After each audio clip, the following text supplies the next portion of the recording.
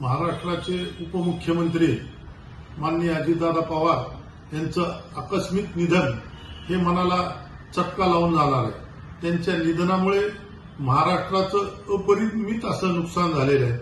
ते कधीही भरून निघणार नाही असं नुकसान महाराष्ट्राचं झालेलं आहे.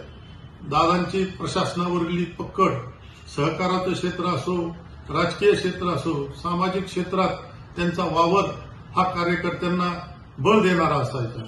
त्यांची काम करण्याची शैली वेगळी होती.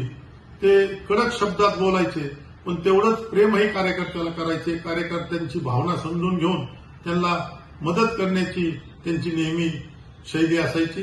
त्यांच्या जाण्यामुळं माझ्यासारख्या कार्यकर्त्याचं खूप मोठं नुकसान झालेलं आहे. ते ज्यावेळेस भेटतील त्यावेळेस वास्तविकपणे चौकशी करून अंबाजोगाई पीपल्स कोऑपरेटिव्ह बँक असेल किंवा शिक्षण संस्था असेल त्यामध्ये कशा पद्धतीचं कामकाज चालू आहे याची चौकशी ते एक घरच्या वडिलकीच्या माध्यमातून ते करत असत. त्यांनी ज्या पद्धतीने कार्यकर्ता म्हणून तुला प्रेम दिलं ते प्रेम कधीही न विसरणार आहे. त्यांच्या जाण्यानं आमचं खूप मोठं नुकसान झालेलं आहे. महाराष्ट्राचं आणि कार्यकर्त्यांचं खूप मोठं नुकसान झालेलं आहे. आदरणीय दादांना मी भावपूर्ण श्रद्धांजली अर्पण करतो.